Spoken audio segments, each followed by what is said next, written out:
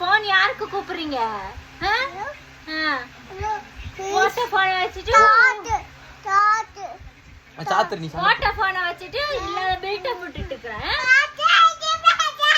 என்ன என்ன அடிய போட்டா நானா போயிருவேன். வச்சிருவேன் நான் வச்சிருவேன். டிஷால்